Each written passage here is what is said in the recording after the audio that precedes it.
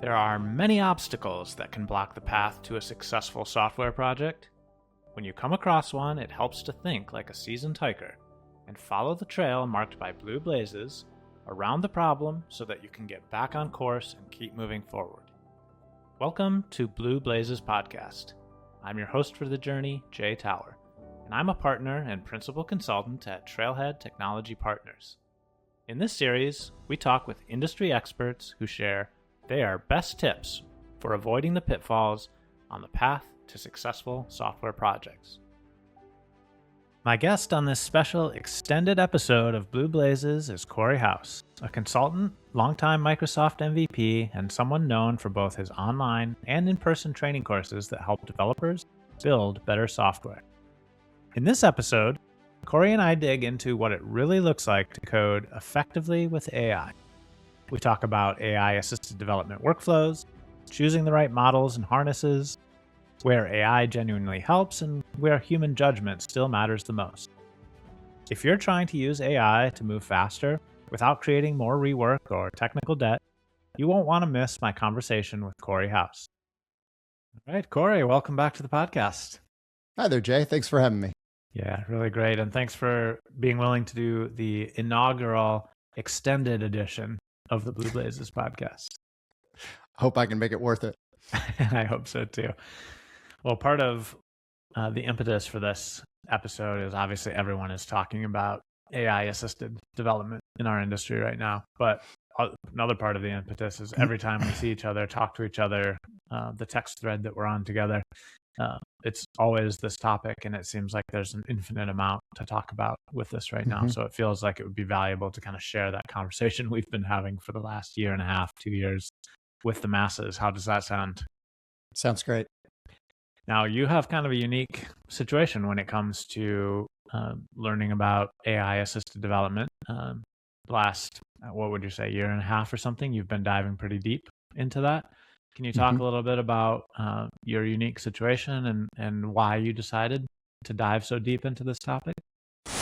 Jay here. Just a quick break in the conversation to share how Trailhead can help you tackle your toughest business challenges.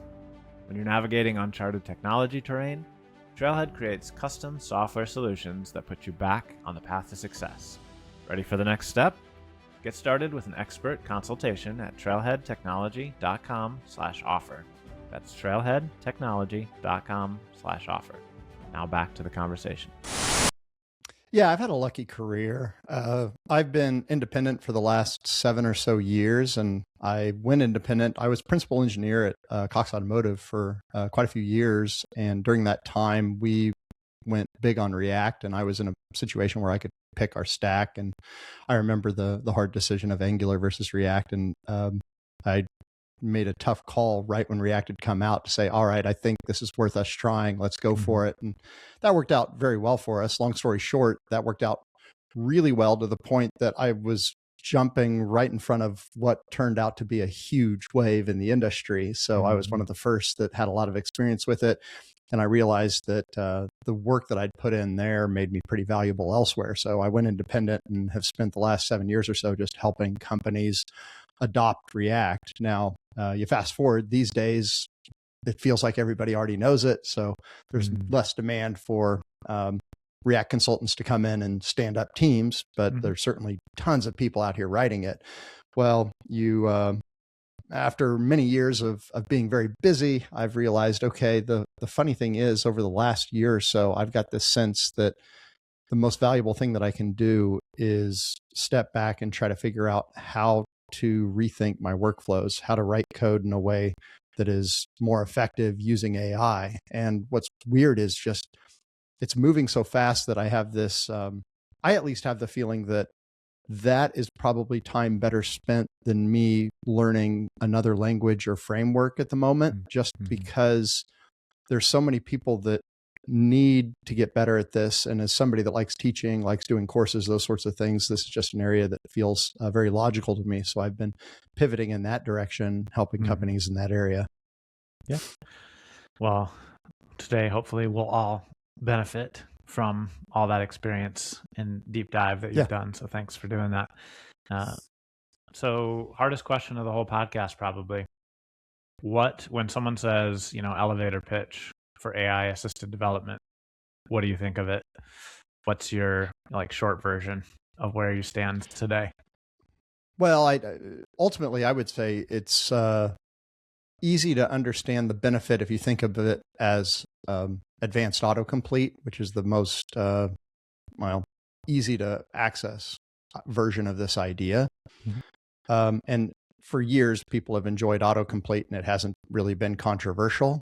I think the area where it gets a little more gray is when you have a conversation about agentic development and potentially multiple agents or away from keyboard and running loops overnight, all these sorts of things. That's where you get into, I think, things that are a little more perhaps controversial around people. But I think at its core, if you think of it in terms of a huge amount of most developers' career is this feeling of doing things that you've done before in just a slightly different flavor. And by that, I mean, you imagine I stand up a RESTful API and I create the first endpoint. And the creation of that very first resource requires a bunch of decisions because we're deciding, okay, what is our URL structure going to look like? What tech stack are we going to use? How are we handling authentication? We got to have a conversation about caching. Okay, how are we interacting with our database? We have an ORM, and all of that gets wrapped up in that very first endpoint. But once that recipe's there, a lot of the act of software development from that point forward is following that recipe. Mm-hmm. And in my experience, AI is really good at following recipes. It's really good at looking at what's there and then mimicking it. So if that helps me move faster, what that means is now I'm spending more time using my judgment where it matters rather than using my time on the keyboard. I literally remember there have been times in my career where my fingers literally hurt. At the end of the day, I'd go, my fingertips are bothering me because I literally just spent the whole day typing. Yeah. And what I'm finding is I don't have that feeling anymore because I spend more of my time talking, more of my time looking, more time speaking my prompts, and then also just thinking about these judgment calls. So it's a very different experience. You're still in flow, but it's a different type of flow. Mm-hmm. Yeah, maybe carpal tunnel goes away for developers in the near future here. I hope so, yes. Okay, so someone's trying to get started with AI assisted development. They've, been reading the blogs and seeing the videos and stuff, and they know they're starting to slide behind a little bit, and they want to figure out where do I jump in? And I mean, it is a fast moving train, right? So it is scary to jump in, and it can easily feel like you're behind in a week or two this time. Mm-hmm. So somebody comes to you and tells you that they're thinking about getting into it. What's your advice for how to get started today, getting kind of caught up with what's going on there? It's funny because it's both an easy decision and a hard decision. And in that, I mean, at its core, I could be very prescriptive right now. And I could, for instance, if I just wanted to be really prescriptive and not intimidate somebody, I might just say, if you're in, say, VS Code, then it's really easy to just go ahead and start using GitHub Copilot, trying it out. Mm-hmm. If you're somebody that really enjoys the terminal, then it's really easy for you to go download Claude Code or Codex and use their CLI, or for that matter, go use GitHub CLI, GitHub Copilot CLI, I should say, and just start tinkering with it. Now, the reason that I say that that's sort of deceptive, that's easy to sort of get a hello world and ask it to do a few things. But the thing that I've realized over my journey so far is I've been documenting the number of decisions that I've come across, the forks in the road that you see after you do that initial thing that I talked about. And there's at least 14, 15 different rather big decisions to think about here. And that's, you and I talked beforehand, I think that's going to probably be largely our structure in here today. And the thing that's funny about that is it's really no different than anything else. You could say, hey, I want to build a web application. And I could also be really prescriptive with you too. I could just go, oh, you want to build a web app? Okay, here's the stack you should use. Mm-hmm. And just go install these things. And you won't realize that there were literally 100 different things you could have done instead, but I'm trying to avoid you getting overwhelmed. Yeah. But I think one of the things that we could do that would be valuable for your audience today is to get a sense of the buffet table, all the different ways that you could potentially choose to use these tools. Yeah. Because that's really the area that I've been focused on, is getting a good sense of the breadth and then some of the trade-offs within those options. Yeah. Well, I think a great place to start there is the AI harness that you use. So there's probably 3 major choices and about, I don't know, 100 minor choices out there today. And hopefully you like C words, because all of these things start with C's. So it gets a little confusing for somebody who's just learning them, right? But to my mind, Cursor, Claude Code, and GitHub Copilot are kind of the main choices. Do you see a different pack of leaders than that, or additions to that? I would certainly put Codex in there too. The decision there, when people hear the word harness, this is something, the word harness itself, I feel like, is just starting to really reach the vernacular, the common vernacular of developers. The term normally people hear is a model. You've got to choose a model, and you'll hear people, okay, ChatGPT came out, and ChatGPT is both sort of a harness and a model, because you use ChatGPT, say their desktop client, but then you're going to use, say, GPT-5 Codex, and so on, some of these different models within it. So I like metaphors for all of this sort of thing. And when I hear the word harness, like, you could very much think about a horse has a harness. And when I put a harness on a horse, what that harness lets me do is sort of guide the horse around.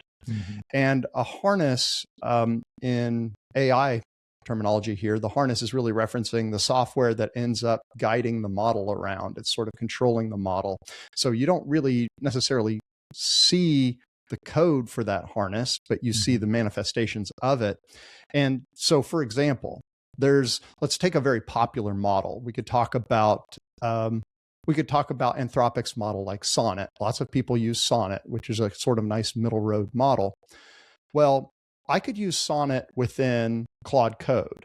Claude Code is more or less the harness in this conversation, and Sonnet is the model. Now, when I say more or less, technically the actual harness here is the Anthropic's SDK, which sits down below Claude Code. So there's some gray area here, but effectively, I just think it's easier to think about Claude Code as the harness here. But I don't have to use Claude Code to be able to enjoy that model. I could jump over into, say, GitHub Copilot, and I could select Sonnet, or I could select Opus. I have different models to choose from. So there's both the harness, which, again, think about it's controlling to some degree the fundamentals of my user experience. And if I have a good harness, which Claude Code, for instance, is a very popular way of using Anthropic's models, because, well, Anthropic actually created it. And this is one of the interesting things on this conversation. When people choose a harness, it is pretty compelling to choose a harness that's created by the model's creator. And I think of this a lot like a conversation, again, if we get back to a horse, and that horse has a harness. So just to clarify that a little, Cory, all 3 of the major harnesses allow you to use models made by their competitors, essentially. Well, when you say all 3, you mean GitHub Copilot, you mean Cursor, and OpenAI. And OpenAI. So yeah, and this is one of the odd exceptions. If you're hanging out in Claude Code, though, you only get to use Anthropic's models. That's the one exception, right? Yeah. So Anthropic has a more closed setup here. Now, the thing is, Claude Code is one of the most, if not the most popular ways to write code with AI today. Arguably, I would say it's most popular. And I would say one of the reasons that might be is because Anthropic controls both the models and the software that's running those models, which in this case is Claude Code. Apple model of controlling everything, right? Yeah, and I think about this, like, I've had an iPhone for quite a few years, and I had Androids for a long, long time, and I was actually really an Apple hater for the longest while, because I looked at Apple and I go, it is constrictive. Like, I looked at things that I could do on my Android phone, and then I went, yeah, if I went over to iPhone, it's closed. Apple doesn't let me customize it as much. And there's some things that I did on my old Android phone that still to this day I miss. But I also recognize my iPhone, gosh, the thing is very reliable. And that was one thing that tended to bother me. There would be times on my Android phone where I would try to pull up navigation and it would just freeze for me and I would have to close the app and restart, just little things. And I think that that trade-off just applies here just as well too. Like the more that you are in a situation where you've got, say GitHub Copilot, Microsoft can't control the fact that all these models are constantly changing under their feet. They're sort of responding day to day. And one thing that will come up is, like, I've been hanging out in Codex here recently, and I really like getting to use GPT 5.3, which is only available at the moment within Codex itself. If I go over to GitHub Copilot, it's not there yet because OpenAI has just decided, you know what, we're just going to make it available in Codex for a little while. So there's nothing that GitHub Copilot can do about that. They just, once it's available, they can make it available there too. So that is one of the trade-offs, though, that when you go choose one of these tools that tries to be a jack of all trades, that runs lots of different models, yes, you can jump between different models, but you might not get access to the latest models right away. I'm wondering how much this is going to be an ongoing issue, because I can see how if I'm OpenAI, I might go, well, I want to incentivize you to use Codex, and then you're more in our wheelhouse than you're our customer rather than Microsoft's customer. So there's going to be some of these weird things that happen there. Now, that said, there's an interesting trade-off there too, because one thing that I really love about working in, say, GitHub Copilot is I get to jump between different models, and I can even do things like say, I want to do a code review and I want you to run that code review through an Anthropic model and maybe an OpenAI model and maybe a Google model. Like I can access all of those. It's through one payment plan that I have. And now I can actually sort of have them fight one another and say, all right, put all this together. You tell me, how do we make this decision? So that's not something that I can do if I'm hanging out in Claude Code, because I only have access to Anthropic's models. Yeah. Okay, so let's say you've listened to all this and you've decided which of these harnesses is the right one for you. And some of that might just depend, like you said at the very beginning there, about where you already are. Like if you're comfortable in Visual Studio or VS Code or something, like Copilot is going to be your easy on-ramp. Which is better than not learning, I suppose, right? Yes. If you're, like you said, a CLI person, maybe you want to just start with Claude Code. But now you've picked your harness, and now you're starting to try and do some tasks with AI. And let's say you pick one of these that isn't Claude, and so you get all these different model choices besides the Anthropic models and the Anthropic models. How do you decide which one to use? And I know a lot of them have like an auto mode. So, you could read nearly infinite number of blog posts about this model is good at this type of thing and this model is good at that type of thing. How do you decide which model am I using for different tasks? So this is interesting how different people try to simplify these things. Like the nature of humanity is we try to find some heuristics to take a complicated world and simplify it down. And so you'll see examples of this all over the world where somebody says, okay, I'm going to pick a political party, and then whatever they say, I'm just going to assume that's right. And it becomes part of your identity. And that does simplify the world, but it also sort of blinds you to maybe some cases where the other side might be useful. So to give you a parallel for that, you'll look at people who will say, I just use Claude Opus for everything because Opus is the best model that is provided by Anthropic. And when I say best, best is a loaded word here. We should probably use something more precise. Now, when I say best, it's also the most expensive model, but it's also very powerful. Now, the trade-off that I think about, this comes up all the time in software development, where you'll hear about the iron triangle. You can have it good, fast, and cheap, but the punchline is you got to pick two. And when you think about models, what you find is, okay, if I want it to be really good, then often it is going to be a little bit slower and it's going to be more expensive. And that tends to happen here. So you have to ask yourself then, all right, so let's just take Opus as an example, because Opus is one of the most popular models, generally considered at the moment, at least one of the top 2 or 3 most powerful coding models. Well, if I choose to use Opus for everything, I've just eliminated a whole set of decisions. I'm not sitting over here. And the question then becomes, let's just talk in the Anthropic space. So Anthropic has 3 levels of models effectively. You've got Opus at the top, which is super powerful, but also very expensive and rather slow. Then you've got Sonnet, which kind of sits in the middle, like the old story of the 3 little bears, sort of the porridge is not too hot, not too cold, it's just right. Mm-hmm. And so Sonnet is a nice sort of everyday thing. And then you've got Haiku, which is really fast and also really cheap. Yeah. So all of those have their place. But what I'm finding is like you'll hear people, Boris, who works on the Claude Code team, he goes, I just use Opus all day. And given, if you're Boris, you're in a situation where, do you care about how many tokens you use? No. He has effectively infinite money. I mean, if you think about tokens as a proxy for money. Right. Whereas me, on the other hand, I'm independent.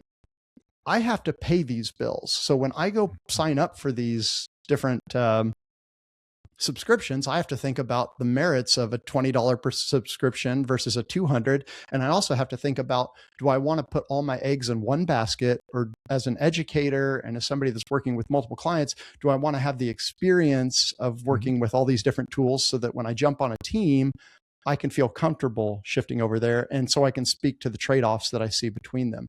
So for me, I do think about tokens and their cost to some degree, just because it's coming out of my own pocket. Yeah. So I think that affects at least partially how you look at it. The other thing that comes up here that's really interesting is I said, okay, Opus, for instance, real powerful, but also a little bit slower than some of these other models. Well, how much does that matter to you if you're the type of person that does multiple things at once? And a lot of developers like to do this. They like to spin up 2 or 3 different tasks. And then does it really matter if this took an extra couple minutes? Sure. Probably not, because you're just over here doing another thing. Yeah. Or even if your AI is making you go 3 or 4 or 5 times as fast as you would otherwise, do you care if you could also go 6 times as fast if you were using a smaller model? Mm-hmm.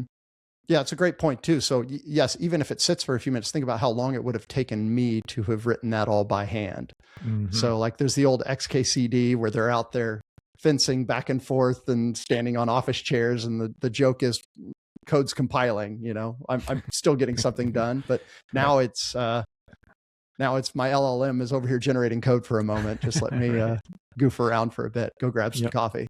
Exactly. Yeah. Okay. So that's all really useful context, I think, for thinking about models, and helpful, especially somebody who's kind of dipping their toe in this water for the first time. Also, I'm going to accuse you of the consulting answer of it depends.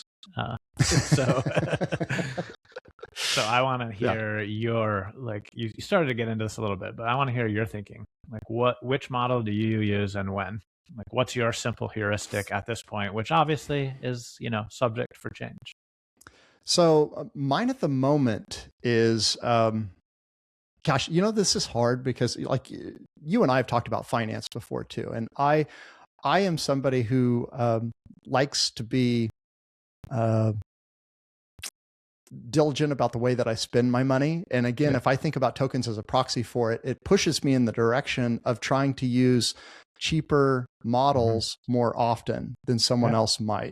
So what I would say is my heuristic is, if you tell me that I have unlimited tokens, then I'm going to end up favoring either Opus or GPT 5.3 Codex. Those are my 2 favorites right now, or maybe the latest Gemini.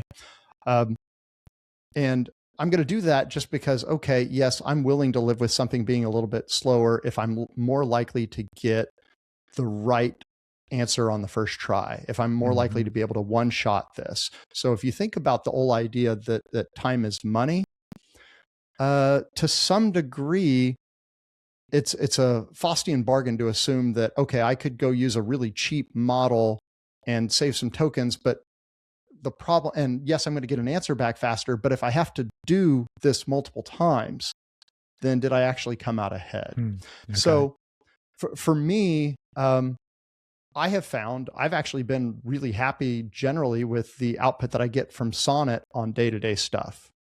And you're going to see lots of people out on social media talking all the time about Opus and the Codex 5.3 and these things. But I found Sonnet to be a pretty good middle of the road. Now, when I'm doing something more complicated, then Opus starts to make a lot more sense when I'm doing like heavy planning and that sort of thing. But when we're talking about execution of a plan that is clear, and when we're talking about a task that is small and has a clear guardrails so that I can tell that I succeeded or failed, I feel very comfortable using a slightly cheaper model there. But I'm being very candid that I'm not actually sure whether I'm making the right trade-offs here, because there's a part of me that thinks that I'm being penny wise and pound foolish. Like I'm thinking too much about my token budget. And if you're somebody that truly just goes out to all the different providers and buys the max plans, and effectively you feel like you've got an unlimited amount, then to me it gets harder and harder to justify using any of the cheaper models at all. So it partially depends on your situation. Yeah, that makes sense. Years ago, I used to like go clean up photos that I had taken that I was never going to want, and then, maybe 10 years, 15 years ago now, something like that, when cloud storage got so cheap, it was like, why am I spending 100 hours a year cleaning up photos that cost me $100 a year? It's not worth the trade-off. So it seems like maybe that, but it sounds like if I can oversimplify your heuristic, you might use Opus if you want to knock it out of the park on the first try. And you might start with Sonnet if you are feeling more comfortable about the guardrails and everything being a little bit more straightforward. Is that kind of a fair assessment? Yes. Yeah. I would also say that the reason that I might choose between, say, Opus and 5.3 Codex would largely come down to Opus is going to lean in the direction of trying to get you an answer a little more quickly. Just generally, the Anthropic models I would describe as eager. And by eager, I mean they have more of a sense of urgency, I would say. Urgency to get you some kind of feedback. And in fact, that's one of the cool things that has happened in Codex 5.3 is now you're seeing they've more or less realized, OpenAI's realized, you know what, we can't just go take a prompt and sit and give you nothing back for a minute or two. Like people get rather impatient by that. So in 5.3, one thing I've really liked is now I'm getting more feedback earlier. I can see where it's going. And that's nice too, because it means that I can actually see that it's headed down the wrong path and stop it earlier. So in some ways, 5.3 has gotten a little bit more like Opus, but it is still more deliberate, more cautious, more of a planner than Opus. So it's interesting how much you can anthropomorphize all of this. And I could say, if I think of them both as my coworkers, they're like a developer I'm working with. Well, do you prefer a developer that is a little more freewheeling and likes to iterate based on feedback and just start slinging code? Or do you want somebody that is more cautious, more careful, but might take a little bit longer to get it done? I don't think that either of those are the wrong answer. They're sort of a story of trade-offs and it's contextual, but it's nice that I can effectively choose between these based on the context of what I'm trying to solve that day. Yep. Yeah, I was just interacting with Opus recently, and I think I said something like, it still doesn't work, meaning like this thing we've been working on and hasn't worked the same way 5 tries in a row still isn't working.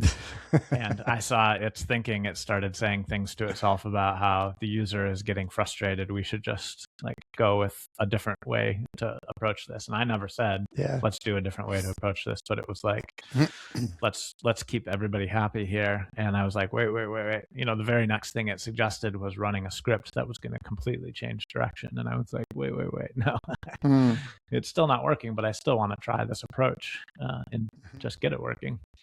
And that is one of those areas too, where I've found, how sometimes this will happen to humans too, where I'll sit there and I'll go, oh, I think I've almost got it. Nope, it still doesn't work. And then I would try another thing. I code some more and I keep it almost feels like I'm making things worse, not better. And there's a point where I need to leave the keyboard and go for a walk. I've got to clear my head, or I need to rubber duck, bring somebody else in. And I'm sure you've had this, Jay, like where you go rubber duck an issue and you start to explain the issue. And halfway through your explanation, you go, oh, never mind. Like I didn't even need you to say anything, but the act of me explaining it changed the way I thought about it. Yeah.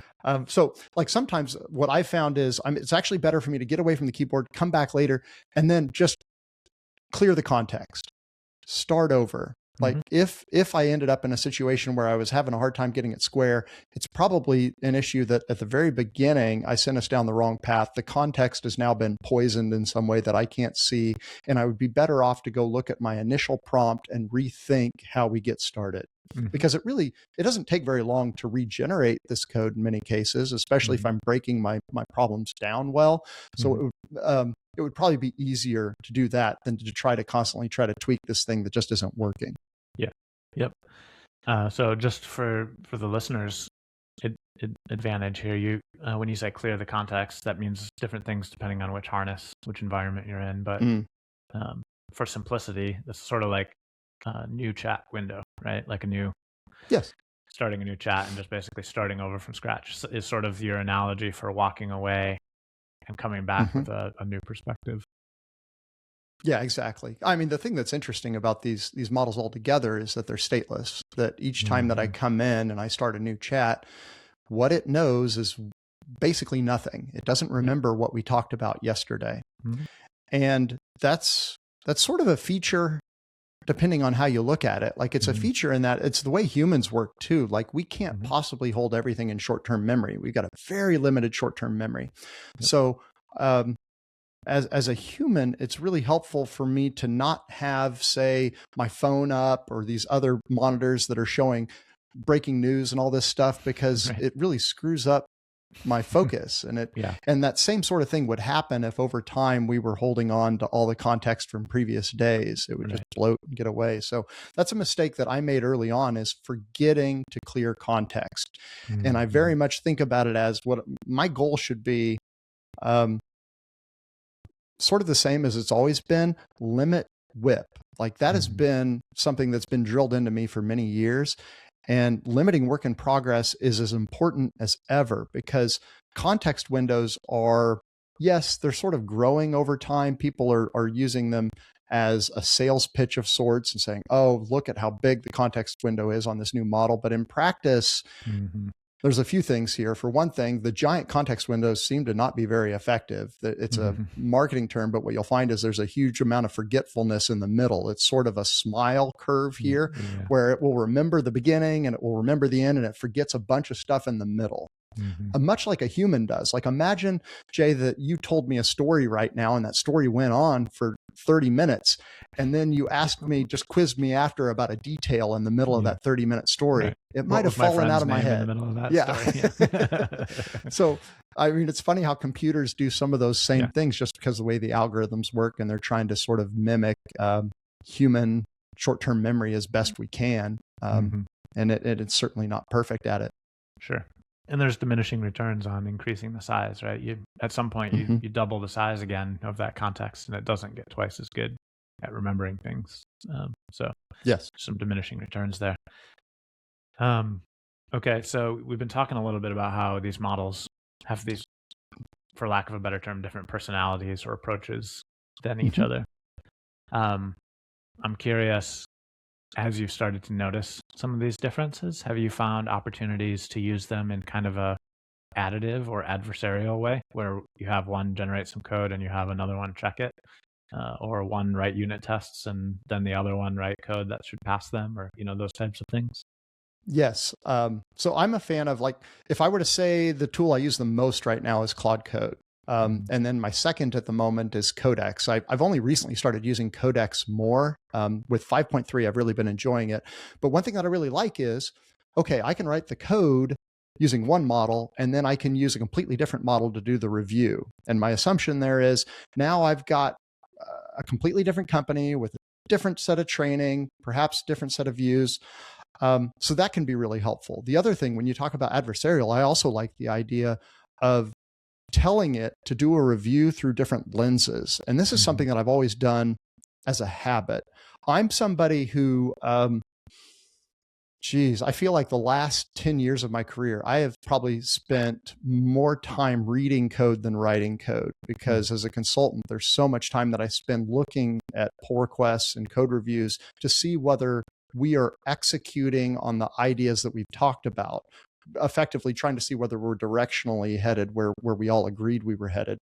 And one thing that I would do is I would look at code through what I would say different lenses. So I would do a code review, and my code review would just focus on security. And then after I'd look through that, I would go look at the code again, and I'd go, accessibility. What accessibility issues do I see? Because it's sort of human nature. Like if I tell you to focus on the color blue, you're going to look around the room and you're going to notice blue right away, and you're going to be completely blind to something that might be a big deal. There could potentially even, like there's that old video where somebody is watching a basketball game and they're told to focus on the ball and how many times people pass it around, and a gorilla will run across the court. They won't notice the gorilla because they're fixated on the ball, and that's what they were told to look at. And that same thing happens in code reviews. The same thing happens with when we take a model and we tell that model to do a code review. I like to say, all right, do the code review, that you're going to focus on security, you're going to focus on accessibility, you're going to focus on performance, and you could spin up either multiple sub-agents or there are different strategies depending on the tools that you use, but effectively you can do those in parallel. And yes, you're going to burn a few more tokens, but you're also likely to get better outcomes as a result.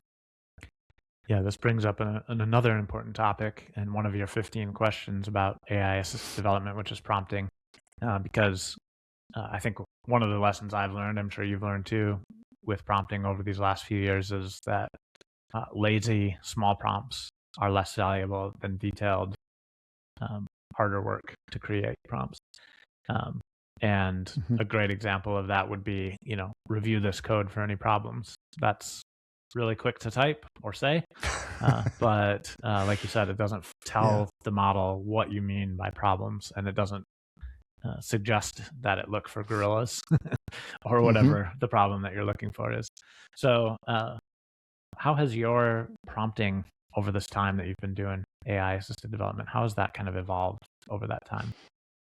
When I started, I did what probably most people do, is you just jump to a prompt and you give it something vague and you see what happens. Like you toy with all the usual things where I go, okay, what happens if I just tell it to make me a content management system for a sales company, and just go, all right, and make it really good, make no mistakes. Like you start doing all the silly things. And then over time you realize this is no different than me giving that sort of instruction to a developer.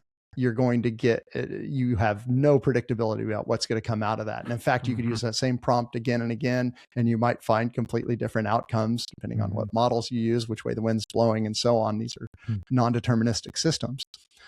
So over time, there's a few things that I found. One thing is no different again than the old school, that the better my clarity about what I want to build up front, the better my results are likely to be. And of course, it's my job to convey those things. But if I have an image, if I have a Figma, if I have very clear written instructions in a GitHub issue, then I tend to get much better results than me just going in and trying to quickly convey it haphazardly. Because it's funny, like the trade is, like, you can really quickly go in and write a quick sloppy prompt and be impressed by how much it just generated. But then you start looking at the details and realize, okay, it's going to take me a very long time to iterate on this until it actually meets my requirements. So you can pay a little bit up front, or you can pay a whole lot later. In summary on that, what I found is I want to use planning mode. And like when I'm in Claude Code, what I will do is I will actually tell it, use the Ask User Question tool to interview me. And that is a magic word. So there are tools built into these different harnesses. And when you're using Claude Code, Ask User Question tool is designed to ask the user questions that contain radio buttons and a tabbed interface, and it will also allow me to put in free-form fields. But what's really nice about this is when I do that, I am now incentivizing the tool. I'm telling it, I want you to look for gaps and I want you to interview me on those gaps. Now, you can even run it and then you can tell it again. And what you could find, like there are cases where you might answer dozens of questions. The number that you answer, though, is going to be directly relevant to how good a job you did describing the task and whether you size the task well. Like if I'm in a situation where I'm getting asked 15, 20, 30 questions, that's a red flag to me because I start going, okay, I think my task is probably too broad. And I think my description of it was insufficient. So maybe I should step back and actually do this plan. And for that matter, as a developer, should I be answering all those questions? In many cases, those are going to be usability issues, accessibility issues, security questions. Maybe we should talk as a team. Maybe our designer should be involved. Maybe my product owner should even be deciding whether some of this stuff's in scope. So it's really easy as a developer to end up getting out over your skis and making a bunch of assumptions. And that's a risky thing to do. So getting other people involved when I'm getting asked a lot of unexpected questions probably makes sense. Yeah, it reminds me of the joke we have in consulting is clients are always saying, we have these great specs for you for this project. And then what they give you is essentially the title of the project. Right? Great. Yeah. So same thing applies to AI. You can give AI the, build me a to-do app using React and Python on the back end or something like that. And it'll do that, but there's so much variability.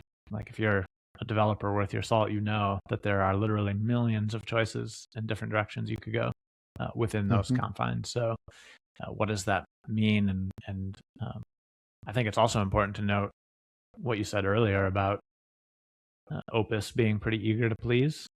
I've noticed that if you compare it to Codex and you give it kind of an open-ended prompt like that, it'll be pretty just eager to fill in those gaps itself if you don't tell it that you want it to ask you. Whereas Codex is a little more hesitant, I guess you could say, to anthropomorphize and will just ask you even if you didn't say.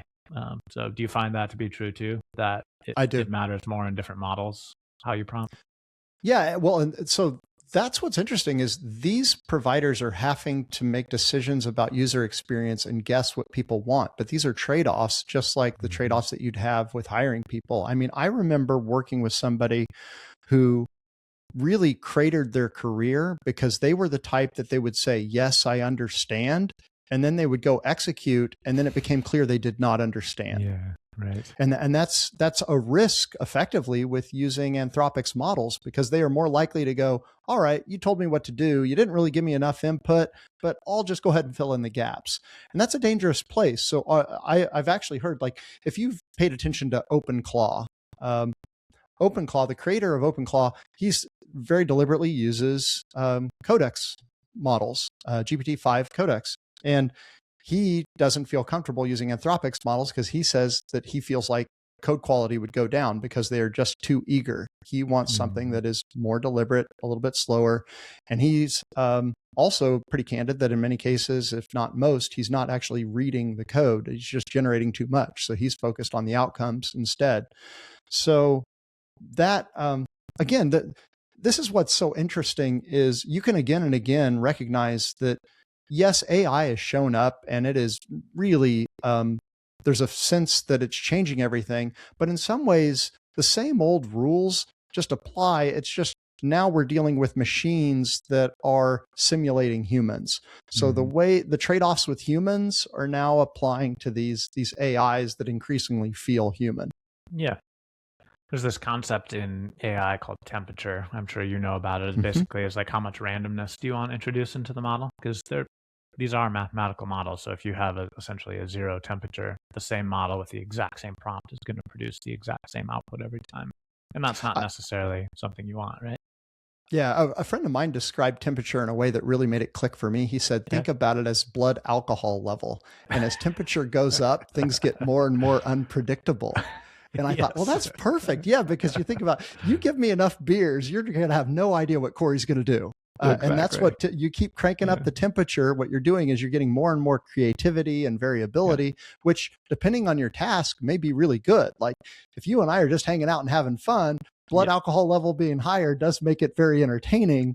Yeah. But there's a real trade-off here at play. Yeah. So I can't remember what my point was with that now, but the I think it's just something to keep in mind about these models too, is that they come with these different abilities to configure them in different ways, and that you're not going to ask them the same question and to get the same answer every single time, because they have by default a temperature that's kind of medium low, I would say, these coding ones. But I know what I was going to say about it. So these are functionally averaging machines, right? So they've seen code on the internet, and anybody who used to go search Stack Overflow for code knows that not all the code on the internet is good code. Yeah. And then they kind of average that. So if you give vague, open-ended prompts, you're going to get very average, like right down the middle of what is typical on the internet code, not good code. You're going to get right in the middle of the bell curve, 50% good code. And if you want it to be better, your job as the developer right today is to provide that feedback and set up those guardrails. Would you say that's true? Yeah, absolutely. I mean, I think more broadly, there's a conversation about how much creativity can you even get out of these tools, because they're ultimately just regurgitating what they've been trained upon and putting them together, in some cases in interesting, novel ways. But for the most part, it all tends to feel fairly derivative, for better or worse. Although, again, that's a lot like any humans. I mean, I find myself on almost every software project early on, it feels very novel. And once we're shipping for a little while, hopefully most of what we're doing feels fairly rote. I find myself copying patterns. Like in many cases, you would end up taking a file, copying and pasting that file, and then doing a find and replace to rename variables, but keep the same sorts of patterns, all those sorts of things. That's exactly what makes these tools so powerful, is how they effectively take these sorts of things that were monotonous and make it faster. Yeah, but you can imagine some of the like popular newer, let's say, architectures that have come out in recent years, like microservices or modular monoliths or vertical slice architecture or something like that. AI is not gonna, apropos of nothing, just say, hey, have you thought about doing it this way? And come up with a new one of those that nobody's ever thought of before. That is the person's job, and it's never, because it's an averaging machine, it's really never going to do that unless you tell it, I'm struggling with these problems that I've noticed, and I wonder if these types of things would solve it. How can I do that, right? Yeah, it's a great point. And in fact, it even gets you all the way back to the beginning, that the technologies that I choose to use are going to impact the quality of my results here. If I end up trying to use a brand new framework that lacks sufficient documentation, or some in-house framework that we never documented at all, then you're going to have a hard time. Like you're going to need to put in the time to train the tool. And that's not free, of course. So that's also where I'm wondering whether we're going to see a situation where this exacerbates the effects that have already occurred, where the winners take all. Like it is harder now. Imagine you're going to create some replacement for React or Angular. Well, now what you're also up against is the training data is not going to be there. And that's going to be even more so true, given that tools like Stack Overflow are faltering. Very few people are answering new questions there. So if you imagine creating a new technology now, what is going to be the source of training to provide sufficient examples for all these edge cases? I don't have a good answer for that right now, but it feels like we might be in a situation. I've heard even people say, maybe the last frameworks are already here. Maybe they're just good enough, and maybe the next thing isn't even going to be written in human readable language. That's an interesting place that we might end up. Yeah, we should definitely bookmark that topic of like, where is this all going? I want to talk about that when we get to the end here. Just to tease the listener a little bit. I want to switch the topic a little bit though. One of the things we've noticed that I would love to get your feedback on is that there's these tasks in software development that nobody really ever wants to do. So you could put unit testing in there, automated UI or integration testing, is probably in that category. I would say documentation is definitely in that category. Whenever I do a talk in conferences and say something about developers hating to write documentation, I always get a laugh because I think everybody relates to that. So there's all these kind of yucky tasks that tend to be a bit time consuming. And one of the things that we've noticed is that AI is absolutely great at a lot of those types of tasks. So like what kind of cleanup or like good citizenship type tasks are you seeing AI really unlock for people that have been kind of blocked before? Yeah, I would agree with you. I think the automated testing piece is one of those that's much easier to justify than ever. Not that it was ever hard to justify automated tests, but I would say that it is, if I'm dealing with a team that says we don't have time to write tests, that feels more than ever sort of an absurdity now. You go, well, in actuality, what you need to do is spend a little time figuring out how to create a structure with the LLM to make that happen. And I think when you talk about testing, for instance, it is interesting how different people are handling these sorts of things. Like there's an open question about, should I do TDD? And this has been a conversation for a long time. Some people do TDD all the time. Some people rarely do. And in my experience, it largely depends on the sort of tasks that I'm solving. Some tasks lend themselves really well to TDD. Like if I were creating a date formatter, then yeah, I'm going to TDD that. Let's start out giving this input. I get this output, and we're just going to iterate through all the edge cases. Whereas if I'm building some complex UI, maybe less so. You still can, of course, but it just feels like slightly less of a good fit in one versus the other. But I'm finding that I'm still a little unsure about whether I like the idea of letting the LLM write code and then adding in tests after. And because one thing that I can, of course, do is write the test first. And now I've effectively created the specification for the LLM to use. Now I could even go a step farther and have it write the test itself, like you. So these are areas like I still haven't come to a real decision yet here on what makes sense. And I'm paying attention to others too, because there doesn't seem to be a real consensus yet on exactly how to handle this. The thing I do find is there's a common problem going on right now where what the tools tend to like to do is generate a bunch of code, and then if you tell it to generate a bunch of tests, which is less than ideal. What we probably want to do ideally is create the test, and now you've got a very clear feedback loop, and you need to make that test pass. So there's an open question of whether the human does that or the LLM does that. I can see either way on that front. But those are some areas that I'm still exploring. Now I feel like I also diverted slightly from your question though, because your question was broader than that. Get me back on track again, Jay. Yeah, just kind of what other types of tasks are you seeing people use AI for that they might have wanted to avoid in the past? Oh, yeah. Arguably good or bad reasons. Yeah, well, I'm seeing more and more usage for code reviews, obviously, and I think that's a total slam dunk. I think that's a really easy decision. In fact, I'm at the point now that I would say if you're not running your code reviews through some sort of a tool, then you're really just totally missing out. You're spinning your wheels. And stepping back slightly from that, the idea of running CI builds locally, I just think is key, because effectively you need a feedback loop that is robust and fast. And speed here is interesting too, because speed of feedback loops have always been important, but I think they're actually more important than ever. Because now we're in a situation where the AI can generate code really quickly. And so the bottleneck has shifted to quality inspection. And if you're going to expect doing quality inspections merely as a human, well, inspecting thousands of lines of code effectively takes forever. It is really time consuming. Again, getting back to that whole lens idea, because I have to read it multiple times to actually do it justice.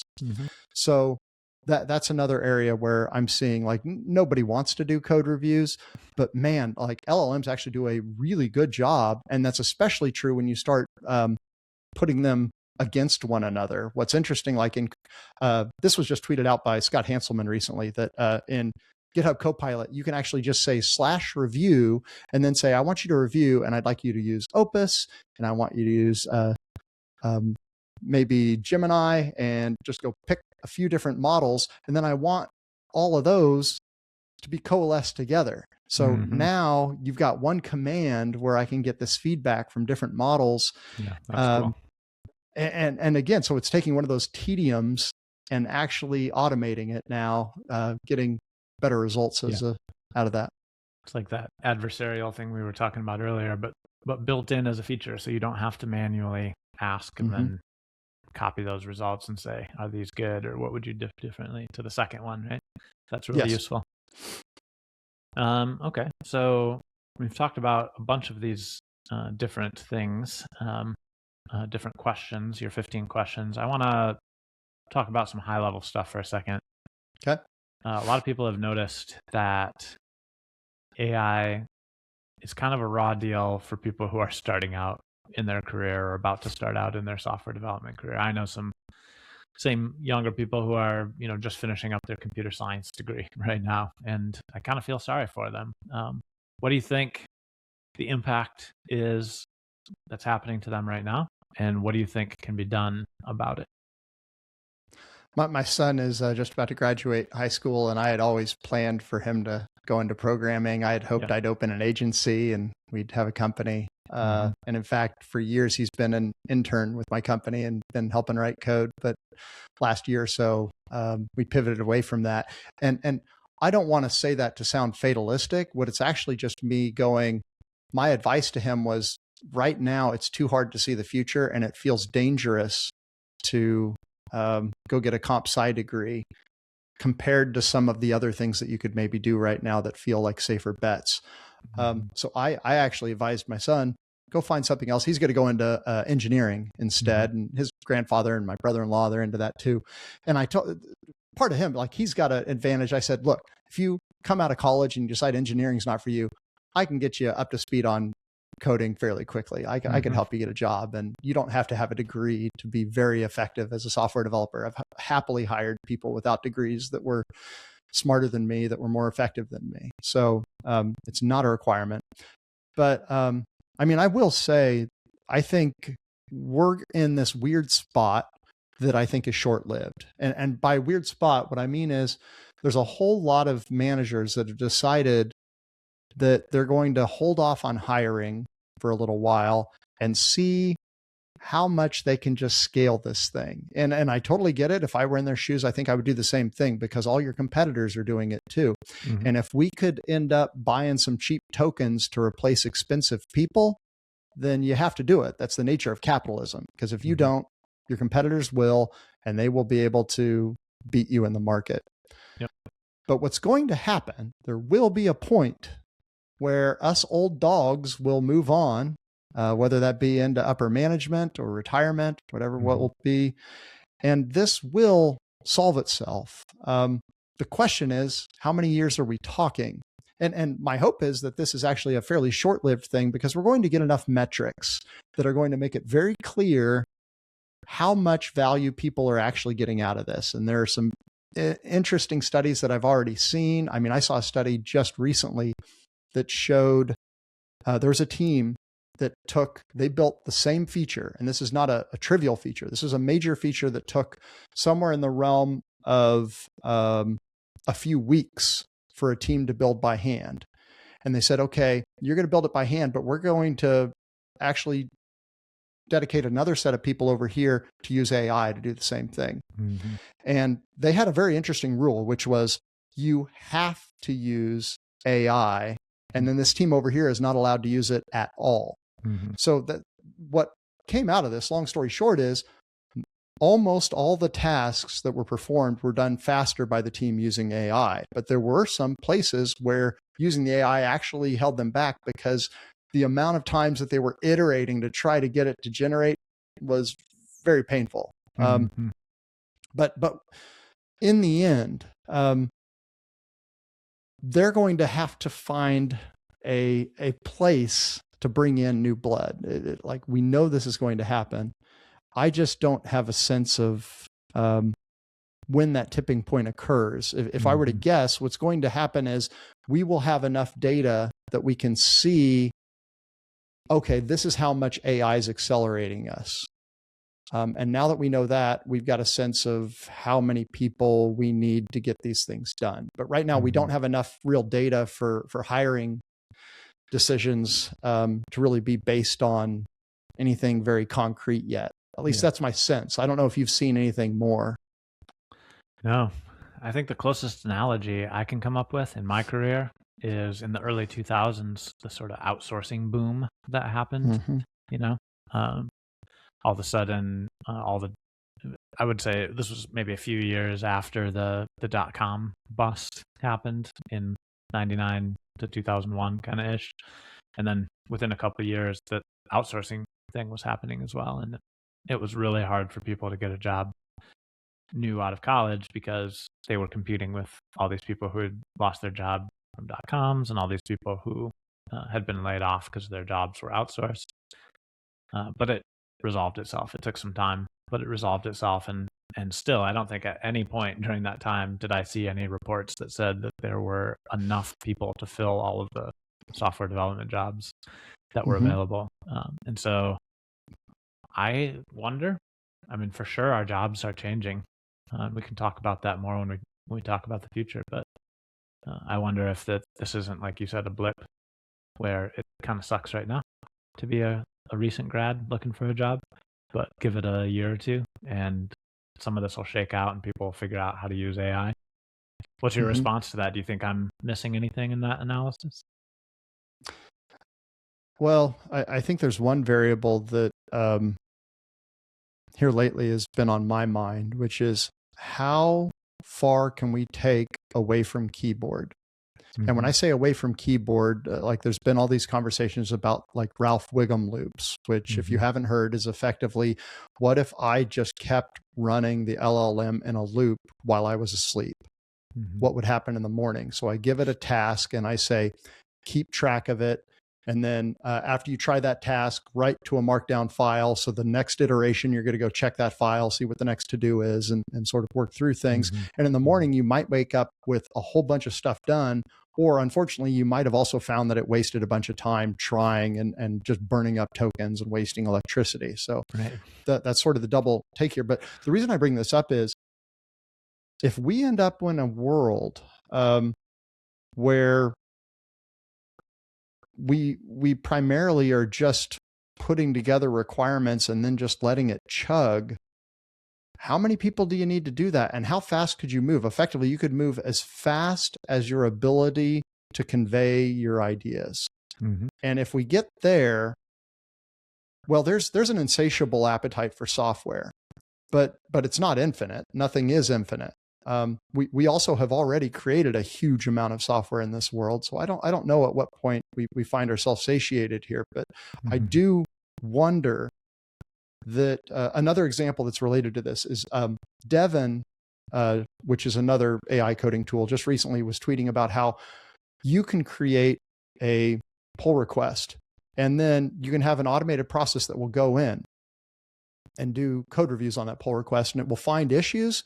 Well, with Devin, you can actually say auto fix the issues. So now it's going to do the code reviews, find the problems, go ahead and put in fixes on that same pull request on your behalf. So you can go to sleep, come in the next morning. All right, that pull request I opened at 5 o'clock. It's actually got a bunch of other commits to fix all the things that the automated processes found. So I say all this to say it's hard to imagine how fast all this could go because the end game could effectively be it is as fast as our processors can run. And the only bandwidth or the only real constraint is our ability to write good plans.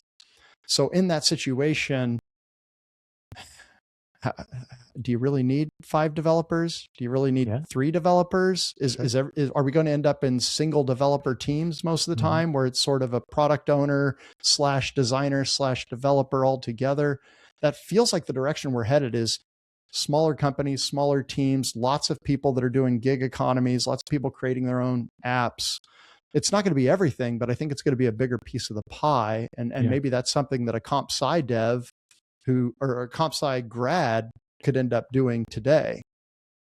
I realize that's a tall order, because when I came out of college, the idea of starting my own business just sounded really fascinating, but I didn't feel ready. It just felt too early. I needed more experience. Do you have to offer at that point, right? Yeah. Okay.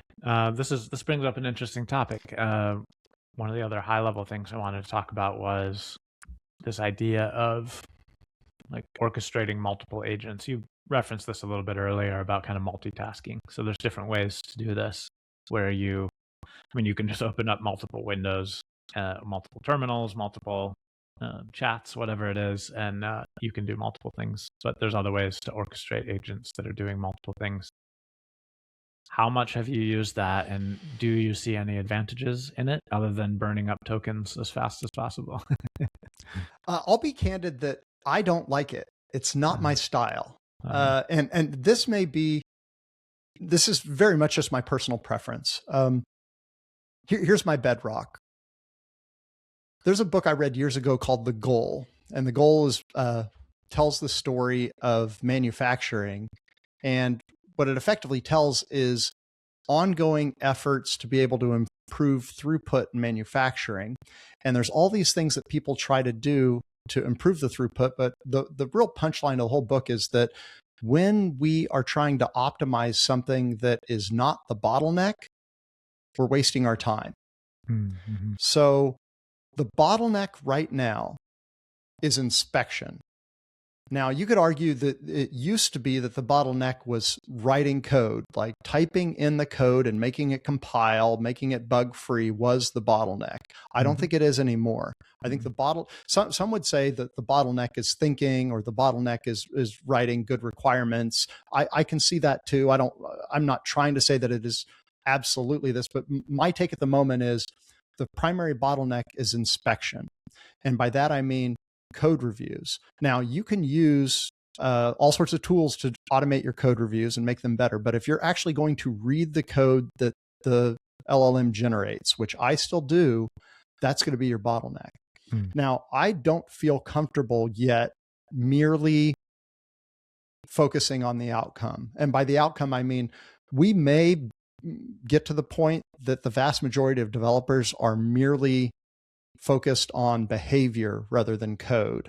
So they're prompting the LLM and they're just looking at, do the test pass? Does the UI do what I expect? Does the CLI do what I expect? And so on. There are some people that are doing this today, but they're the minority. I just recently put out a poll on Twitter about this, and the vast majority of people are still reviewing the code that comes out. And I think that's wise for now. So I say all of this just to say that until we get to the point that we're comfortable ignoring the code, that's going to be the bottleneck for me. And that means I don't need a bunch of different agents running at the same time, because now I'm not actually working the bottleneck. It's false. What happens is I would just get a huge queue of work in progress. I end up with even more code that I don't have time to read effectively. And now I've got tickets that are half done that someone else I was working with could have started instead. So we've actually slowed down our manufacturing line. So my process is I tend to have one agent running, and while it's running, what I'm doing with my time is looking at what it's doing. I'm monitoring that. And I think that's also partially because, again, normally I'm coding with Sonnet or Opus. I'm not choosing, I'm not choosing to, and actually I should say I'm mostly preferring to code with Sonnet just because of the speed of it and the cheapness of it and the fact that it feels like a nice middle ground to me. But I'm not choosing to do these away from keyboard situations because it just doesn't seem like a fit for the way that I want to work. It would generate so much code, and it really just risks spinning out of control overnight to me. So not personally my thing, even though lots of people are enamored by it right now. Yeah, it's definitely, if you go on YouTube and other places, that's the videos that are getting the most clicks are people who are doing kind of the more outlandish things, uh, Hmm.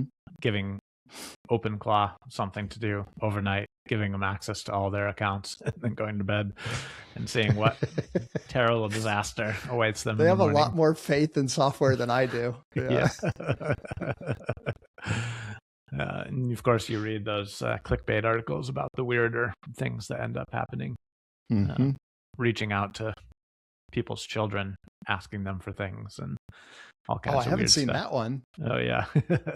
Wow. um, so if you had along those lines, if you had a client that was saying, with today's technology, that they were basically like, look, we're outcomes based. All we care about is getting from point A, which is having the idea or the problem, to point B, which is having software that helps us solve that problem as quickly and cheaply as possible. And we want to take our developers completely out of the loop. We want to basically have people, in the business that aren't developers vibe coding. And like right now, state of the art today, what concerns would you have with that process? My biggest concern would be, do you have sufficient feedback loops? Uh, this this is something that, as a consultant, almost every company that I work with has the same problems. Their feedback loops are either too slow or insufficient, usually both. And by that, I mean they don't have sufficient tests. Their CI build takes way too long. It doesn't check enough. They don't have enough automation in their quality process. I have worked on teams where I felt comfortable changing the code and committing it and knowing that if the CI build passed, I was good to go, because we had such good feedback loops, such good guardrails, that if it got past CI, I felt very confident that we were in good shape. Mm-hmm. Now that's pretty hard to do. I was on a team of senior devs, and we all trusted one another, and we all set a high bar, and I really enjoyed that experience. But that is the exception rather than the rule. Usually you've got at least a few people you feel like you can't quite trust, and you really need to spend more time, and you know that your test coverage isn't good enough, and you've got a bunch of tech debt, all these sorts of things. Yeah. So the feedback loop is key, though, because it gives the AI the ability to measure itself. And I love that when I can tell it to do something and then it goes, oh, okay, actually the app doesn't even compile. The types here don't even jive. It turns out I'm not following, this isn't passing my linting rules.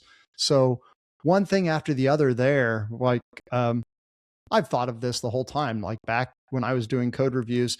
Anytime in a code review, I'm about to type a comment, I ask myself, is there a way that we could automate this check so that I don't ever have to say this again? Mm-hmm. And there's lots of obvious ones in there where you might tell somebody, oh, you're calling a deprecated method. Well, we should mark it deprecated, and then our linter should fail the build if somebody calls that new deprecated. And yes, you'll have to comment out a few sections and disable the linter if you really do need to call that deprecated method. But again, there's an automated approach for almost all of these sorts of things. So it should be fairly rare that I actually need to say something. It should be maybe around the performance of an issue or the usability of an issue, the sorts of things that are very difficult to automate there. So I really do think like feedback loops are the fundamental there. And that's the hard thing is that's been hard before AI. It continues to be, I think, difficult to do well. And more than anything, speed matters more than it ever did, because you're going to effectively be running a local CI build after every single prompt so that your LLM knows that it didn't screw it up. Yeah.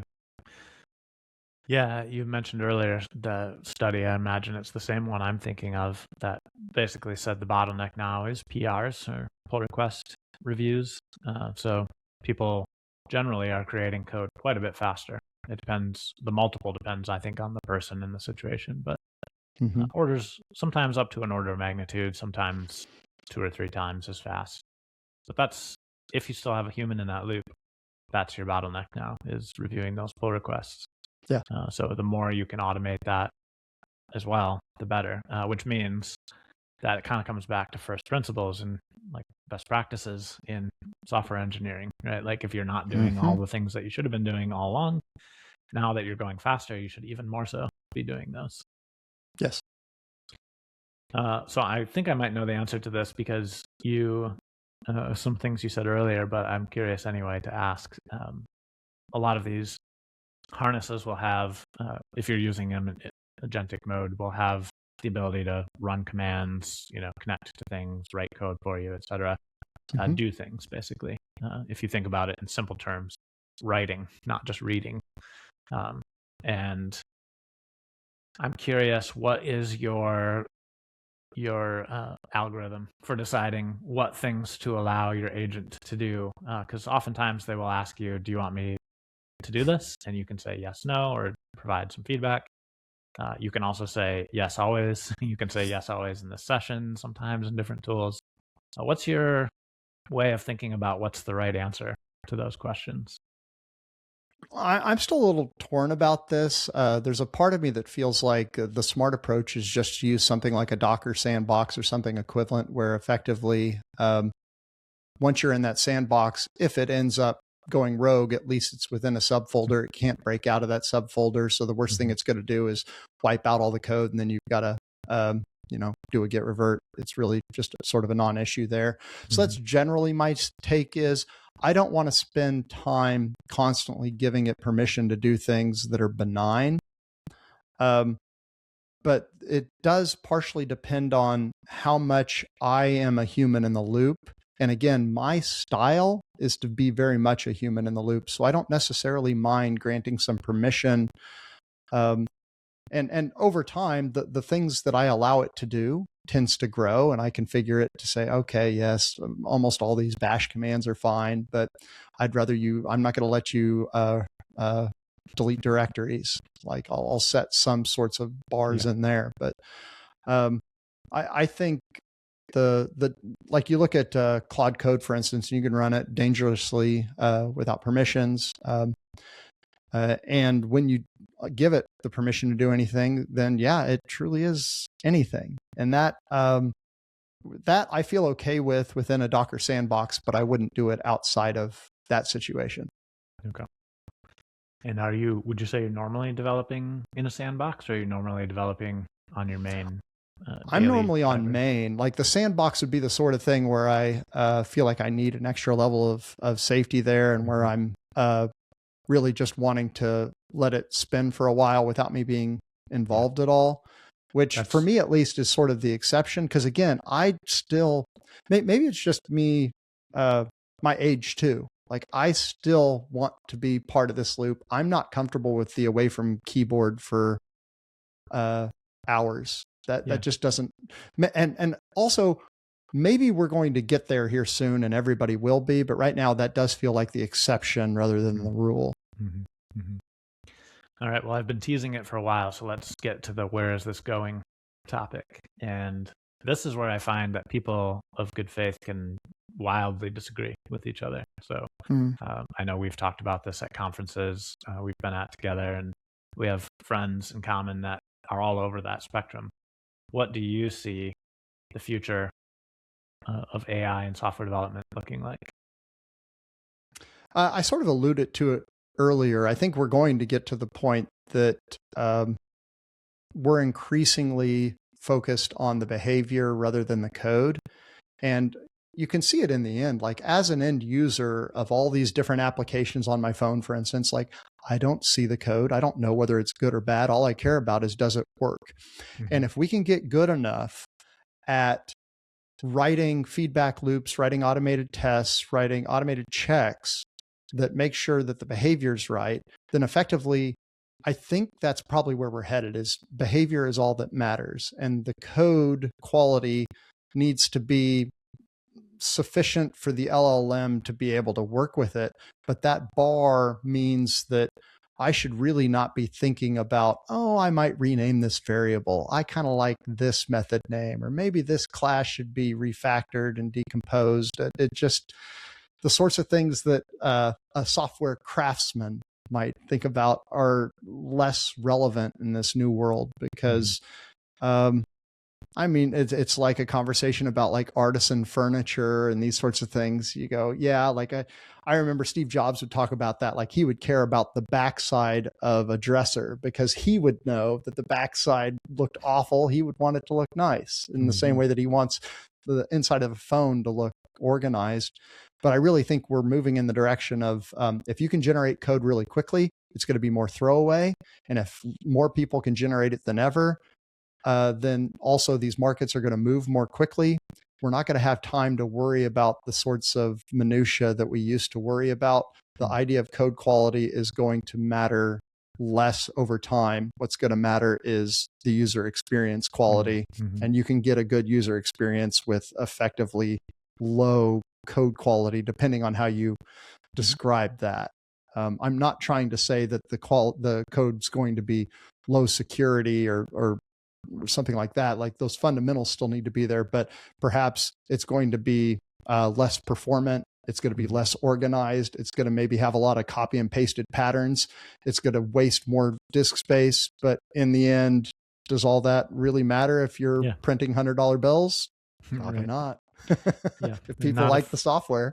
Not if a human never has to read it, right? Yeah. Yeah, exactly.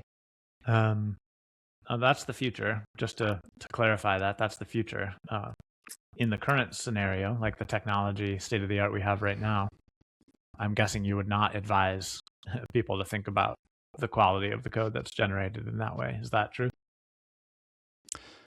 I think I would advise people to recognize that everything's a trade-off. That I could make the mistake, and I've done this in my career, of being too fixated on the code quality to the point that we could have shipped days earlier because I was too busy trying to make it absolutely perfect. And what we should have done was shipped earlier and then iterated based on feedback, because usage is oxygen. Until we get that feature in production, we don't actually know whether we built the right thing. Like Agile, you get back to Agile is such a foundation, and you go, if I'm really thinking with true agility, I should be trying to get to production as soon as I can and then iterate based on that feedback, because I don't even know what we've got here. So stop polishing something that might not be worthy of polishing. Get something out there and then make it better. And that's a mistake I've continued to make. So I think and on that front, you can make the mistake of pushing too soon, and now you got it out in production, and now you leaked everybody's credentials. Somebody got database act, like all sorts of dumb things can happen because you decided not to read the code at all, not to review the code, and you thought that Cory was saying quality didn't matter. No, like there is a fundamental part that does, but it's some of the aesthetic side that I'm saying is going to matter less and less. Yeah, that's right. I don't know if you lived through this era, but the era where you would sort of put comments in front of every function, who changed it. This is sort of like source control, but like who changed it and what change they made to it and the date that they made that change and all that stuff. Yep, I did all that. As technology evolves, things like that become, they move from useful to silly. Yes. And being able to identify what is still useful and what's still silly in the new paradigm we live in is, I suppose, a skill that we should all be working on. And what other skills moving into this AI, like we're in the AI assisted development era now. People have argued that we're going to be going into an AI driven development. That's more like, or spec driven development era in the future, in the not too distant future. What skills should a developer be working on to stay relevant if things move in that direction? I think one skill that's just really important is being able to convey your ideas clearly in the written word. Now, you don't actually have to literally write them. You can speak them these days, and lots of people are using WhisperFlow or Spokenly or apps like that. But the point is, communication is more important than ever. The ability to get the computer to understand what you want, and syntax is becoming less important, but being able also to understand trade-offs, I think, is more important than ever. Now, it's nice that AI makes this easier. Like I'm finding all the time, I'm going, okay, here's what I would normally do, but give me a sense of my blind spots. What are other opportunities that I'm not seeing?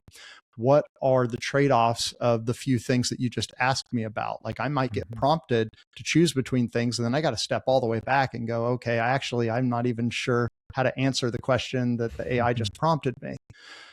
So in the end, developers are going to be paid for their judgment. We're paid to make decisions now more than ever. You might think that you were paid for code, but you were really paid for your judgment in the end, and your judgment manifested in code. Now your judgment is going to be put into these tools that will ultimately write the code on your behalf for the most part. So that's going to continue to be important. And that means you're going to need to understand trade-offs. And gosh, there's a never-ending list of them too. So understanding high-level patterns and practices and frameworks and architectures, all of that continues to be important. And the great news is AI makes it easier to learn those than ever because you can have a conversation with them. Interesting. Yeah, that's a great point. One of the things we noticed at Trailhead as consultants is a lot of times the developers we work with at our clients are not very good at understanding business value. They'll, make complaints about, I wish we could fix this tech debt, not tech debt, and whatever. And some of that tech debt is actual risks to the company, and they're right. And some of it is just developer gold plating, to use another word for it. Yep. It would feel cleaner and neater and more fun to show off to other people if it was this way. I wish I had done it this way. Now we want to go back and redo it that way. So that's a really interesting observation. All right, so we could talk about this for literally ever. So I want to land the airplane with you by asking you the last question we do always on this podcast, which is what other topics or guests should we have on to talk about making software projects more reliably successful? I'm going to give you an even harder curveball, which is within the realm of AI. It doesn't have to be just AI assisted development, but within the realm of AI. Got anything for me there? I would suggest our mutual friend, Spencer. Spencer Schneidenbach is somebody who I regularly talk to about AI, and he's doing real work day to day on it, and not just using AI tools to generate code, but using LLMs and more broadly just different AI related tools within software itself to ship features. So what I call I respect AI a lot. Smart features, basically. Yeah. Actually, I haven't heard that turn of phrase, but that's a good way to put it. Yes. Yeah. It is sometimes hard to differentiate AI assisted development from developing features that have AI as part of them. So I call that AI smart features and AI assisted development. I like it. Well, I think that's a great idea. I've been meaning to have Spencer on here anyway, so that's perfect. So thank you very much, Cory, for your expertise on this topic. Really appreciate your time. Thanks for having me, Jay. This was fun. That's the end of This Blue Blazes podcast. If you're interested in hearing more conversations like this one with industry experts focused on how to make software projects more predictably successful, make sure to subscribe. Trailhead can be found online at trailheadtechnology.com, on Twitter, LinkedIn, and Facebook. Until next time, thanks for listening.